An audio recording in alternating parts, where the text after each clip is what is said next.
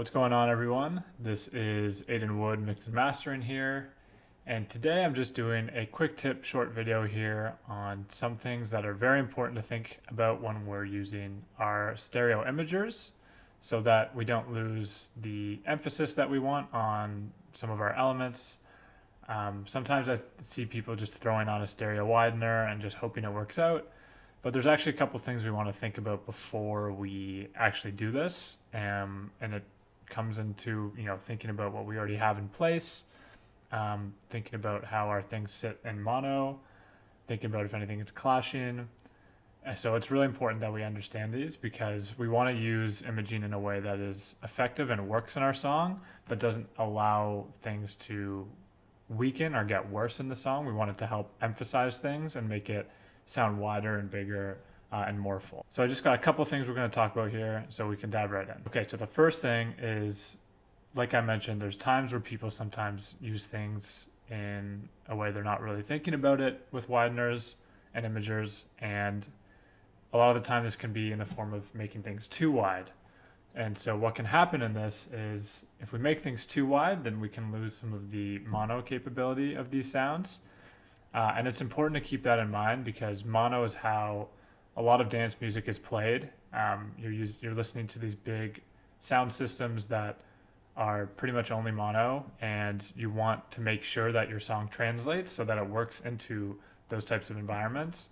And so what I suggest to do is, in your mix when you are just about getting ready to be finished, I would go and check the mono capability. So I would do this by throwing a utility on your master. And what I like to do is I just hit key here and I'll just click on mono. And so now you can see I go back and forth from this.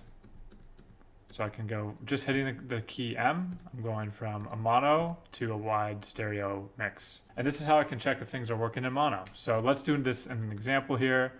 I will listen to the mix just regularly. And we listen in mono.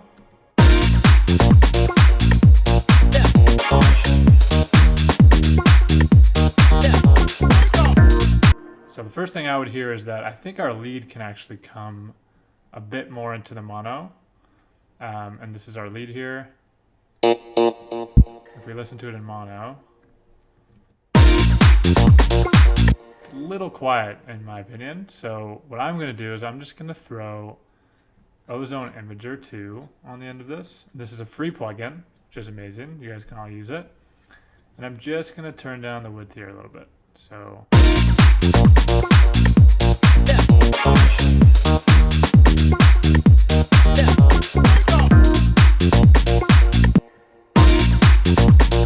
and in my opinion, that's already coming out more obvious in the mono mix, which is going to become more clear when we play these songs on the big speakers. So that's why this check is important. I highly suggest doing this when you're using stereo imagers and when you're closer to the end of your mix so you can hear if everything's working in mono. All right, the next thing when we're using our imagers is to think about if it's clashing with anything. So I'm going to take another example with our synths here.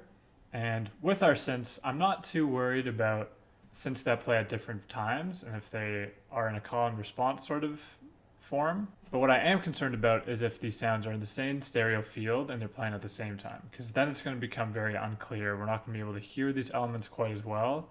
So what we're going to do here is we're going to listen to these two elements and we're going to hear if there's any sort of difference and separation we can make between the two with the stereo imaging of it so that we can hear these things come out more clearly. So let's listen to our lead in our guitar.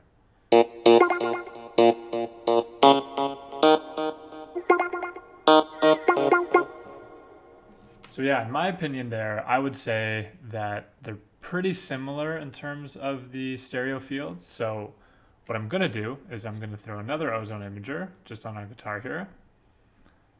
And again, I'm just going to bring it down because I want it to become clear in our mono. So let's bring it down.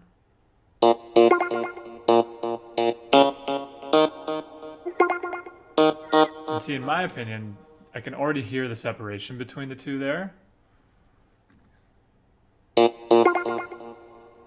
Versus before I changed the image of the guitar. There's a big difference there. They're not, especially if you're listening to headphones, I definitely suggest doing this part of your mix with headphones. You're going to see and hear that separating the stereo field between anything that's playing at the same time will make those elements very clear in your mix. And this is, again, just something that's going to really help your song translate into those mono, loud, big club speakers. And finally, the last thing we want to look for is too much phasing. So sometimes if we image a thing too heavily and we widen it too much, we can see some phasing. And so we can see here,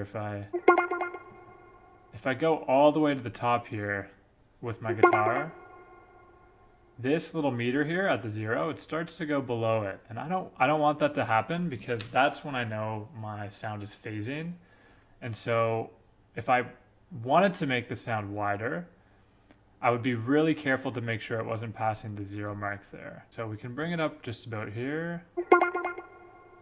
Maybe a little bit less. So that's about right. We can see that it's sitting at 0. We got the sound a little bit wider if we wanted to, and it's not phasing, which means it's going to translate. We're going to hear it properly. There aren't going to be like peaks and troughs in what we can perceive in terms of the loudness of it. We're going to hear the sound properly, and we're still getting that effect we want with a bit of a wider sound. So yeah, this has been sort of a quicker video here, but thanks for watching, everyone. This has been not a deep dive, but just a little look at some things to consider when you're using stereo imagers. The Ozone Imager 2 is a great one. It's free, so I suggest this one for sure. But you can also use the Ableton one, which you can use the utility, and you can bring the width down on that as well. That's another way to do it. But yeah, guys, this has been Aiden Wood, Mix and Mastering here. Thank you so much for watching. If you have any questions or comments, please leave them below. And I'll see you guys in the next one. Peace.